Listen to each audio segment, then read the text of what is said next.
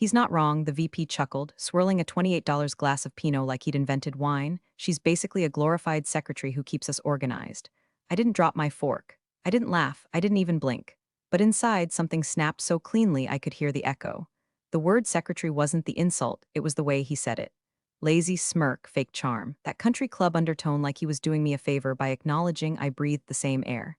To my left, Rachel, the client's senior legal counsel, froze mid-bite. She didn't speak, didn't tilt her head, but her eyebrow twitched, just once. That was enough. I'd spent 18 months building rapport with her team, drafting and redrafting the master service agreement, adjusting the escrow terms, locking down compliance triggers no one in our executive suite even bothered to skim. I'd earned her trust, not because I talked big in meetings, but because every dotted I and crossed T in this deal had my fingerprints. And now here I was, smiling politely while our freshly minted VP, Greg my dad's on the board Landon, torched the credibility I'd spent the last 2 years cultivating, because he liked the sound of his own voice bouncing off the walnut paneling in a steakhouse private room. Now would be a great time to say something like, "Hey, if you enjoy stories like this, toss us a like and hit subscribe. 90% of folks listening never do. And honestly, it really keeps the team going over here. All right, back to it." I cut into my undercooked filet and chewed slowly, the way you do when your career is being flattened under a man's ego and there's creme brulee still coming. Rachel glanced my way just briefly like she was waiting to see if I'd correct him. I didn't, that would have made it personal. And what was coming next, that needed to stay professional. The rest of the table laughed. Our CEO fake chuckled along, probably grateful Greg hadn't called me the lunch lady. Even the client's CFO chimed in with a harmless, "Well, I'll need someone to keep the trains running," as if he hadn't just watched a man in a $900 blazer piss on the work of an entire department. But Rachel, she didn't laugh. She finished her wine, said she had an early flight. She didn't even shake Greg's hand when she left. On the ride back, Greg ranted about how he nailed the vibe and how legal totally loves us. I stared out the window, mentally listing the passwords I'd be changing first thing Monday. Real problem wasn't Greg. It was what Greg represented. He was the symptom of a company that thought titles mattered more than trust, that relationships were props, that competence was expendable if someone wore the right watch. I'd watched people like Greg fail upward my entire career. They didn't prepare, they didn't listen. They just waited for someone else to make the coffee and then sign their name on the results. That night, I didn't sleep. I reread the MSA, every clause, especially the one I'd snuck in 6 months earlier, the one about designated officers and custodial chain of access. It wasn't a trap, not yet, but it could be. By Tuesday, I was off all client emails. My name was missing from the next prep meeting invite. When I asked the exec assistant about it, she got cagey and said Greg had streamlined the process. Streamlined. That's the corporate term for you're getting pushed out, but we're not giving you the satisfaction of a pink slip. Then came Thursday morning. My drawer, the one I locked every night with the data escrow key in its tamper-sealed envelope, was open a crack. I stood there for a long time, not touching it, just breathing. I didn't cry, didn't scream. I just sat down, logged into our access control system, and pulled the building badge logs. There it was. Badge ID hash 47,321. Greg Landon. Accessed floor 6 at 2:14 a.m. Tuesday, I checked my Outlook. I was at home that night answering questions from legal via Teams, not even in the building. Then I opened the drawer. The envelope looked fine until I held it up to the light. The seal had been lifted, then carefully reapplied. Whoever did it thought they were clever. They didn't realize I logged serial numbers. Inside, the key was still there, physically intact. Legally, that was another story. The first sign was silence. Not the dramatic kind, no slammed doors or angry memos, just absence. Like someone slowly turning down the volume on a song you didn't realize you loved until it vanished. Monday morning, I logged into my inbox expecting the usual project timelines, red-line drafts from the client's counsel, security posture notes that needed rephrasing so Greg could pretend he wrote them. But the thread with Rachel's team was gone, or rather, it was continuing without me. My name wasn't in the to or CC, just Greg, our clueless VP, and one of the interns I'd been mentoring, who still confused compliance review with calendar invite. At first I thought maybe it was a mistake. Maybe someone forgot to loop me in. But then I checked the document trail. Someone had uploaded a fresh version of the deliverables checklist to the shared folder when I hadn't touched. I opened it. My formatting was stripped. My annotations gone, but the structure was mine. Greg had taken my draft, removed my comments, and submitted it under his initials. He was rebranding my work as his. That's when the real gut pull started. The kind of suspicion that makes your skin itch from the inside out. I'd seen this before. Not just the casual erasure, but the groundwork of sabotage. Death by slow deletion. By Wednesday, the weekly client sync I always led gone. Internal alignment only, Greg said, waving it off. I caught him in the hallway afterward. "You good?" I asked, casual as coffee. Always he smiled, just trying to declutter the process. You're swamped anyway, right? Funny how decluttering only seems to involve the women who know where the damn fire extinguishers are. Thursday, my desk drawer was ajar again. Not wide, just enough. Just like the last time, it was a kind of precision that didn't come from clumsiness, it came from confidence. The confidence of someone who thinks consequences are for interns and HR assistants, not for men who play golf with the CEO. I didn't touch it, didn't even pretend to check if anything was gone. I already knew what was inside. That envelope, that key. The same one Greg had no business even breathing near. My fingers itched to grab it, shove it in my bag, take it home, but that would have made me the breach. Instead, I walked to the kitchenette, poured stale coffee into a cup that said world's okayest boss, and sat down like nothing was wrong. That's the trick, isn't it? Stay still when the trap is baited. Let them think you're clueless. Let them dig their own grave with a titanium shovel. Back at my desk, I started the real work, quietly pulling the access logs for the week. There it was again, 2:14 a.m., Tuesday. Greg's badge, elevator to floor 6. 37 minutes in the building. That envelope hadn't just been fondled. It had been photographed, opened, closed again with tweezers and cheap confidence. And here's the part that made my stomach clench with something colder than rage. He thought he got away with it. That same afternoon, he forwarded me an email chain I'd normally be leading, with a chirpy little "just looping you in, Anna," as if I were a temp who forgot to RSVP to the potluck. I opened the thread, read every word. The client was asking about our escrow protocol. Rachel's name was in the CC. Greg replied with some fluff about secure vaulting mechanisms and tiered access policies. Corporate soup. But one sentence made me exhale through my teeth. We maintain tight chain of custody controls, limited to senior technical staff only. He had no idea what he'd just done. That one sentence, that was a declaration. And if Rachel knew what I suspected she did, she was already archiving it. By Friday, the intern he'd looped in was in my seat at the weekly alignment call. Not literally, but metaphorically, oh yeah, she was taking notes, smiling, nodding. Greg called her a rising star. I called her 19, terrified and underpaid. Still, I smiled, said nothing. Because here's the thing about compliance, it's not a sword, it's a trapdoor. And once you hear it click beneath your feet, it's already too late to run. Friday night, 11:03 p.m. I sat alone in the glow of 2 monitors, sipping stale office coffee like it was aged whiskey. Most sane people were asleep, or at a bar, or tucked into Netflix reruns. Me? I was combing through building security logs like a detective in orthopedic pumps. And there it was again. Badge hash 47,321. Accessed floor 6 at 2:14 a.m. Tuesday. Duration, 37 minutes. That badge belonged to Greg. His access level didn't cover anything beyond his own floor after hours, but apparently no one told the badge scanner. Or maybe someone did, and that someone liked to believe rules were for the help. Technically, only 2 people were authorized to handle the physical escrow key stored in my drawer. Me and the CEO, no one else. That authorization was listed explicitly in the Master Service Agreement. Section 14.2c, I had written it. Rachel had co-signed it. Greg, he didn't even know it existed, and now his greasy little golf pro fingers had been all over it. I opened the drawer again, gently like I was handling a bomb. The envelope looked the same at first, still sealed, still bearing the time-stamped custody sticker I applied every Friday. But under the desk lamp, the edges didn't sit flush, like someone had peeled it back and tried to press it closed with a warm spoon. I held it up. The sticker had been slick clean, then re-adhered, sloppy, arrogant. A surgeon with shaky hands and no scrub nurse. I didn't panic. I didn't scream. I just logged into the facility's request portal and opened a ticket requesting timestamped CCTV pull for floor 6, hallway and break room entrances, window, 2 o'clock, 3 o'clock a.m. Tuesday. Compliance spot check per annual MSA audit. I chose my words carefully. No alarm bells, just another box to check. Let them assume I was building documentation for some boring internal review. Let Greg keep peacocking around like he hadn't already triggered the exact clause that could vaporize our biggest deal, and vaporize him with it. The footage request would ping Carl in facilities, an underpaid former Marine with a thing for black licorice and mechanical pencils. Carl liked me because I once helped his daughter craft a resume. He wouldn't ask questions, he'd just send the clip. Still, I felt my chest tighten, not fear, something sharper, like that feeling right before a car crash when you know the hit is coming but you've got just enough time to choose where you'll land. I kept thinking about Rachel, the way she hadn't laughed, the way she left that dinner like something was unfinished. I wondered if she already knew, if she was testing me, or giving me space to handle it before she did. And Greg? He was now replying to emails like he was born in a suit, thanking the client for their faith in his leadership.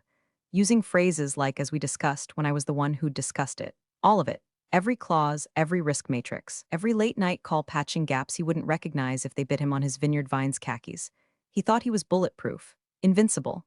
The kind of man who believes HR is just a department that plans holiday parties and hides harassment complaints. So I smiled, waved in meetings, even complimented his asinine PowerPoint theme, innovate, integrate, elevate, like he generated it by shaking a bag of buzzwords over a copier.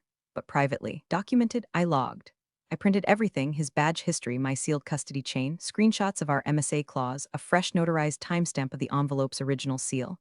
I stapled it together, labeled it Exhibit A Potential Custody Breach. No one saw me slip it into a black envelope that Friday night. No one saw me carry it to my trunk under a cloudy sky and store it under the floorboard. No one saw me breathe out, slow, long, like I was letting go of the last illusion that this would fix itself. It wouldn't, and that was the gift. Because when people like Greg set a fire, they never stop to wonder if the room is full of gas. Monday morning came wearing the skin of professionalism, but it stank of panic sweat and last-minute PowerPoints. The internal prep meeting for the final client review was held in Conference Room B, which always smelled faintly like sour cream and betrayal. I showed up early, not to be polite, but to control the seating chart. From the far end of the table, I could see every screen, every page, every bead of nervous sweat. Greg walked in late, of course, holding a cold brew and wearing that smug, half-limp smile that only men with inherited job titles seem to master. He slapped his laptop down like it owed him rent and immediately launched into what he called the final security posture briefing. The deck was a Frankenstein of phrases he'd harvested from older versions of my work, like someone feeding my past reports into ChatGPT and asking for CEO-safe jargon. Slide 3 hit, and I saw it coming like a slow train. Greg, puffed up like a Thanksgiving float, started walking the room through our chain of custody protocols. As outlined in Clause 14, he said, tapping the remote like a magician about to pull a rabbit out of a lawsuit. Access to the data escrow key is limited to authorized personnel under quarterly audit review. I didn't even blink. Actually, I said lightly, like I was correcting a dinner menu typo, Clause 14.2c specifically designates physical key access to named officers only, not general personnel. Audit review is semi-annual, not quarterly. The clause exists because the client's legal team required a tighter compliance perimeter after the 2020 vendor breach. Greg froze mid-sip. Everyone else just blinked and stared at the table like their name badges might save them. He slowly turned his head toward me, his smile drained into something tighter, darker. The kind of look a man gives when he realizes his sandbox has a rattlesnake in it. Oh, he said, fake chuckling, that's right. Thanks, Anna. Good catch. I smiled, of course. What I didn't say was, you quoted the wrong version of the clause. You don't even know the document you're pretending to own. He continued on, but his rhythm was broken. He stumbled on slide 5, forgot to plug the HDMI cable all the way in, and when his screen flickered out, it was like the air conditioning kicked in full blast. A room that had been filled with self-congratulation and click-happy confidence now sat in pin-drop silence. I leaned back and crossed my legs. See, the thing about people like Greg is they overreach. Always. Give them rope and they don't just hang themselves. They build a gallows, invite the press, and live stream it with a brand hashtag. Every misquoted clause, every document he forged forward, every deleted CC line on client threads. It was all ammunition now. He was a man building his own coffin with the blueprints I'd buried under fake smiles and polite corrections. He didn't know about the envelope. He didn't know I had already handed a sealed evidence packet to Rachel. He didn't know that Rachel had responded with a one-word email, received. He didn't know that Rachel's firm didn't bluff. And I wasn't going to tell him. Not yet. Let him walk into the room thinking he was the architect of our security posture. Let him print the documents I wrote, misquote the clauses I negotiated, and plagiarize the policies I spent nights crafting while he was busy approving branded hoodies for the onboarding team. The higher he climbed, the more delicious the fall. At the end of the meeting, Greg clapped his hands together and said, "Well, I think we're in a really strong place. The client's going to love this." I nodded. They certainly won't forget it. I gathered my planner, which still had the original clause notes scribbled in the margins, and walked out before anyone could say another word. My heels clicked on the tile like a countdown. Tick, tick, tick. The folder weighed nothing, but it felt like it could crack the earth open. Black matte cardstock sealed with a single red sticker. Inside, one printed access log, one high-res still from Tuesday's security footage, one notarized chain of custody ledger signed and timestamped, and one short cover memo with my initials and nothing more. It didn't need drama. Facts were the drama. I didn't send it via courier. I didn't email it. I hand-delivered it personally without notice at 8:13 a.m. Wednesday to Rachel's office in the client's glass and steel downtown tower. She didn't look surprised when I stepped into her doorway. She didn't offer coffee or small talk. Just locked eyes with me, stood, and shut the door behind us. I placed the folder on her desk like a confession and stepped back. She opened it without a word, scanning quickly. Her gaze lingered on the still frame, a grainy but clear image of Greg's pale, deer-in-the-headlights face lit by the motion sensor light as he stood outside my office door at 2:14 a.m., hand mid-reach toward the sealed drawer. Rachel didn't blink, didn't sigh, didn't ask questions. She closed the folder gently and looked at me. "Understood," she said. "We'll handle it." That was it. No theatrics, no whispered promises of retribution. Just 3 syllables, and from Rachel, that was louder than a siren. I nodded once, turned, and left her office. As I stepped back into the elevator and watched the doors close, I felt it settle inside me, something I hadn't felt in weeks. Control, not hope, not peace. Just control. The trap was set, the trigger wired. All I had to do was wait for him to walk straight into it with his wingtips polished and his ego leading the way. Back at our office, the air practically fizzed with false optimism. The CEO was in rare form, pacing the floor with the anxious joy of a man who thought a $120 million contract would finally silence the whispers about his underwhelming strategic vision. I passed him in the hallway, and he grinned like a kid on Christmas Eve. "Big week," he said, clapping me on the shoulder like I was a mascot. "We're days away. This is going to put us on the map." I smiled. "Just make sure the coordinates are right." He laughed, not getting it, or pretending not to. Either way, he kept walking. And Greg? Greg had graduated from strutting to practically floating. He passed my desk twice that day without a single word, just humming some unplaceable yacht rock tune and sipping a smoothie the color of roadkill. He'd started wearing cufflinks, for God's sake. Cufflinks. Like he thought he was going to be featured in Forbes for stealing other people's work and tampering with legal documents at 2 a.m. He scheduled a client victory readiness huddle for Thursday. Invited the entire exec team, marked it mandatory. I got the invite and almost laughed. Victory, that word again. They used it like it meant something. Like winning a deal erased the blood trail it took to get there. I spent that afternoon doing what Greg never would have imagined, mentoring the intern he was grooming to replace me. She was smart, raw, and scared. I showed her where the emergency shutdown keys were kept, how to spot a contract clause that's a trap in disguise, and the 3 words never to use in a vendor negotiation. It should be she didn't understand the weight of it yet. But someday she would. Hopefully in a job where men like Greg weren't given keys they couldn't spell. By 5 p.m., I had a second copy of the folder in my bag and a backup flash drive in my locker. I wasn't paranoid, I was prepared. When I passed the break room, I heard Greg on the phone, laughing too loud. "I mean, she's detail-oriented," he said, "but she's not exactly leadership material." I didn't stop walking, didn't stiffen, just made a mental note. He was aiming the weapon now, and he still didn't know the safety was off. The boardroom looked like a magazine spread about wealth no one enjoys. Glass walls, $900 ergonomic chairs, tiny bottles of still and sparkling water in perfect rows, like a hydration hostage situation. Someone had catered from that overpriced place downtown, the kind with tiny truffle sandwiches that tasted like regret and rosemary. The client execs were already seated when I walked in. I took my place at the far end of the table, behind a carafe of black coffee and beside a notepad I'd never need to write on. My badge barely clicked as I sat. That was intentional. I wanted to enter like a breeze, not a storm. Greg, of course, made an entrance like a game show host. Navy blazer, no tie, one of those slim-fit shirts that scream midlife crisis but make it marketable. He swaggered in 5 minutes late, carrying exactly 0 documents, sipping on something cold and green. Hey, big day," he said to the room like he personally discovered electricity. "Excited to get this thing inked." The CEO laughed, too loud, his face flushed with anticipation and sodium. "Let's show our partners what a real team looks like." I folded my hands in my lap and studied the curve of Rachel's brow. She sat near the center, calm but tight. The same quiet she wore when I handed her the envelope. Next to her sat the client's CTO, arms folded, light smile frozen like a screensaver. No one reached for the croissants. Greg clicked the remote and started presenting, slides he hadn't written, filled with words he barely understood. "Our security team's discipline has been the cornerstone of this engagement," he began. "We've implemented a rigorous chain of custody model to ensure 0 unauthorized access to sensitive assets. Only top-tier executives have physical touchpoints with critical materials." I could practically hear the noose tightening. He continued, reading off bullet points I'd personally crafted months ago, but stripped now of context, nuance, and legality. He was performing trust instead of proving it. His voice smooth, hands animated, confidence riding shotgun with ignorance. Every time he said "we," I imagined a courtroom transcript reading Greg Landon, VP of Strategy, under oath. Rachel remained still, her pen uncapped but untouched. Greg moved to the next slide, something about end-to-end encryption, and I saw the CTO shift slightly in his chair. Not discomfort, recognition. He'd seen this song and dance before, probably in some other boardroom, right before a vendor blew up in their face. "I mean, we take access control very seriously," Greg went on, adjusting his collar like the heat was finally setting in. "There's a reason we've never had a breach. We're just built different." The CEO beamed like a man watching his son graduate. The CFO gave a little clap. I watched Rachel's eyes flick to the left to her assistant, who gave the subtlest nod. And I knew this wasn't a presentation. This was a countdown. I poured myself half a cup of coffee and sipped it slowly. My pulse didn't move. My breath stayed steady, not from detachment but from calculation. I'd already run this simulation in my head 100 times. I knew the next 4 moves, I just didn't know how fast they'd fall. Greg, drunk on the sound of his own voice, landed the final slide like he was delivering a baby. We're excited to move forward, he said, grinning like a man about to land a text invite.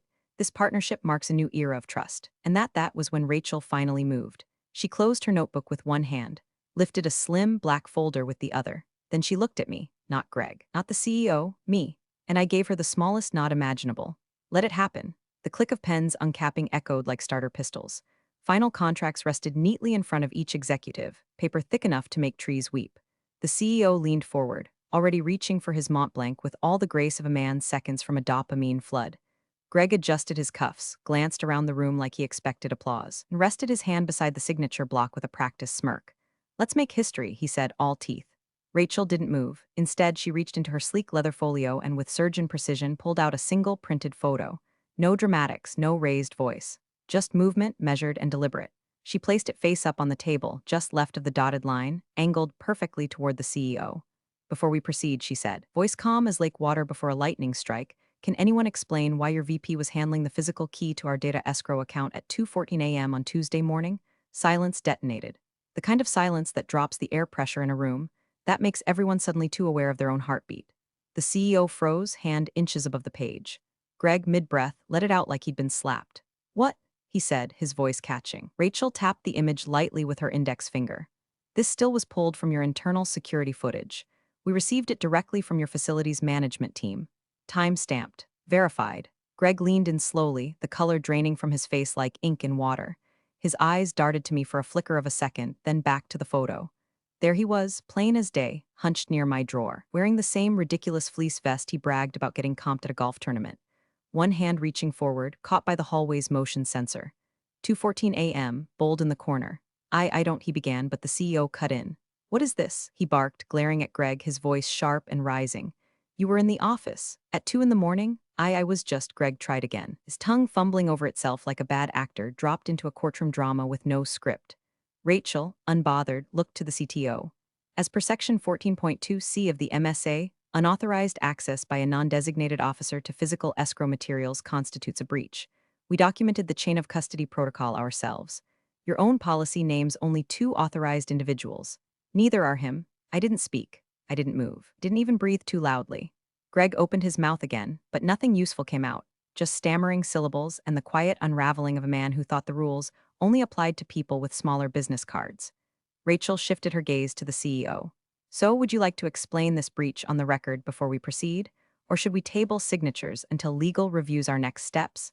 The CFO coughed into his sleeve. One of the junior partners began quietly sliding the signature packets back into a manila folder. The entire table turned from celebration to containment zone in under 6 seconds. And Greg, he sat back blinking, not blinking like a man shocked, blinking like a man calculating how fast he could lawyer up. The CEO turned toward him, voice a whisper meant to sound like a scream. Did you touch that key? Greg didn't answer, because what could he say? Evidence was on the table, his fingerprints on the drawer, and the contract, what should have been his coronation, was now a ticking bomb. I just watched. My pulse was steady, my hands still folded. There was no smugness in my silence, no gloating. This wasn't revenge. This was accountability finally arriving in a room that had locked the door against it for years. Rachel placed the photo back in her folder, crisp and silent. Then she looked at the CEO one last time. You take escrow very seriously, she said. I'm sure you understand. Rachel didn't need to raise her voice. She didn't even look angry. That was the worst part for them. She spoke with the surgical stillness of someone who'd already anticipated every excuse, every deflection, every pathetic grasp at dignity. As stated clearly in Section 14.2c of the Master Service Agreement, she said, sliding a second page across the table, highlighted, printed, signed. Initialed by both parties, unauthorized physical access by a non-designated officer to escrow-secured material constitutes a material breach. That clause is not discretionary, nor is it open to interpretation. Her tone was firm, almost bored, like she delivered this kind of news before, just never in a room this expensive. Our general counsel has reviewed the security logs and footage. The violation is clear. Effective immediately, this contract is void. Furthermore, under the same section, your organization is liable for breach penalties, including exposure of our systems to uncontrolled access risk. We will be initiating formal proceedings to recover damages. The words didn't just land, they detonated. The CEO, who seconds ago was grinning like a prom king, looked like a man whose yacht just hit a sandbar and cracked in two.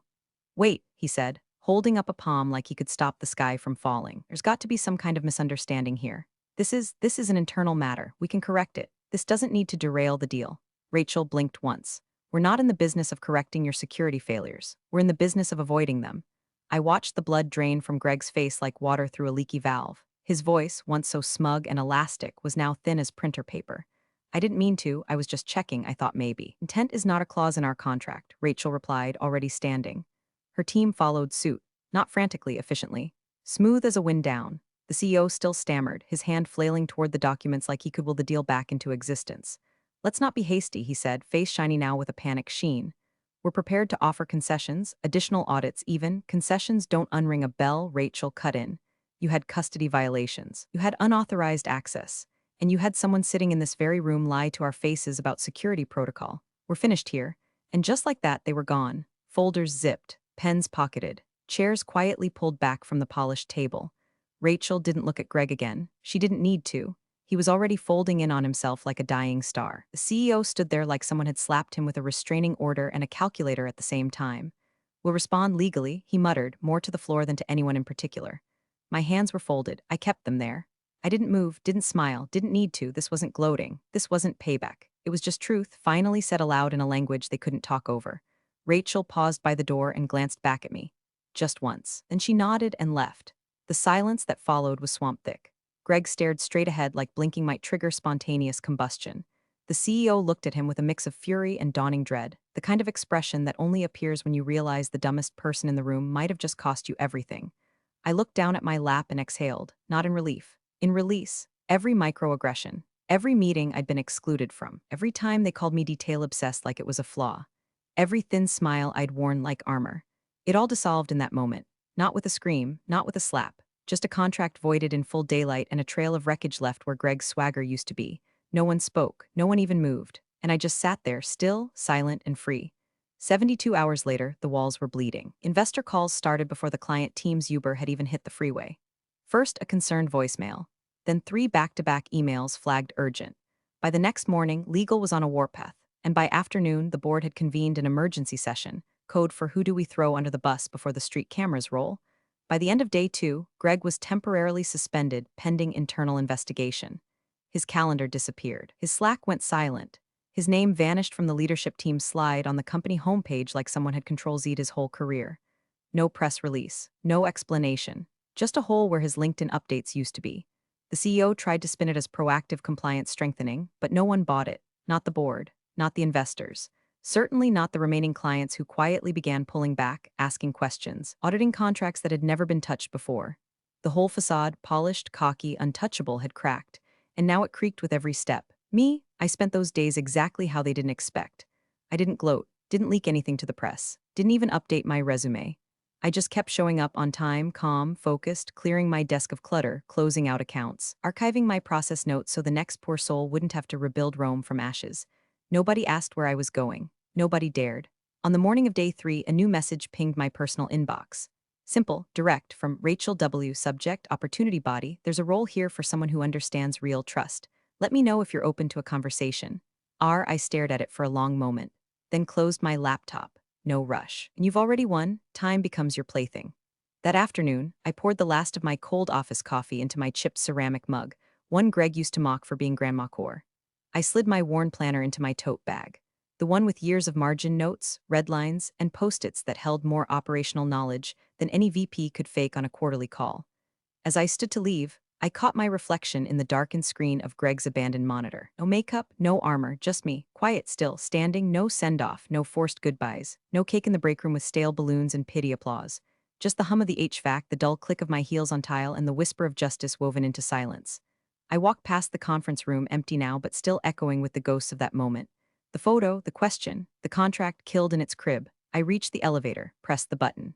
Behind me, the office kept breathing, unaware it had just been restructured at the molecular level. The power games, the smirks, the whispered she's just, all of it erased by one clause, one truth, and one woman who knew when not to shout. The doors opened. I stepped inside, and as they slid shut, I smiled just a little. The kind of smile you earn, quiet, final, like a signature on the last page of a deal they never saw coming. You're the real MVPs of the office jungle. Thanks for watching. Smash that subscribe button, or the coffee pot might just forget your next brew.